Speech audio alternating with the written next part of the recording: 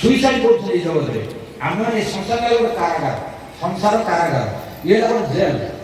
ଆମେମାନେ ଭୁଲ କରିଛେ, ଆମେମାନେ ଭୁଲ କରିବାକୁ ସଂସାର ସାଗରରେ ସଂସାର କାରାଗାରରେ ପହଞ୍ଚିଛେ। ତେଣୁ ଏଠାରେ ମଧ୍ୟ ଜେଲ୍ ସୁପରିଟେଣ୍ଡେଣ୍ଟ ହେଲା ମାୟା।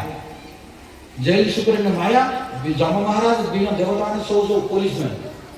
ଆମେ କିଏ କ'ଣ କରୁଛୁ ସବୁ କ୍ରିମିନାଲ ଆକ୍ଟିଭିଟି ଦେଖୁଛନ୍ତି, କାହିଁକି ଆରେଷ୍ଟ କରି ସଂସାର ପକାଉଛନ୍ତି।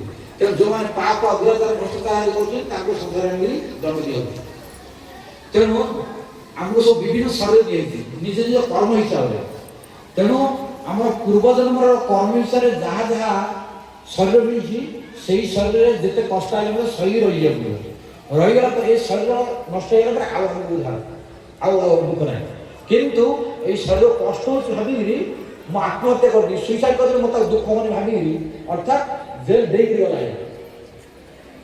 ଅର୍ଥାତ୍ ଆମର ମୃତ୍ୟୁ ପୂର୍ବରୁ କୃତ୍ରିମ ଉପରେ ସୁଇସାଇଡ୍ କରି ଆତ୍ମହତ୍ୟା କରି ମରିବା ଅର୍ଥାତ୍ ଜେଲ୍ ଡେଇଁକି ଯିବା। ଜେଲ୍ ଡେଇଁଗଲେ କ'ଣ ହେବ? ପୋଲିସ ଧରିବେ, ପୋଲିସ ଧରିକିରି ଆଉଥରେ ଜେଲ୍ ରଖିବେ। ଯେତେବେଳେ ଆଉଥରେ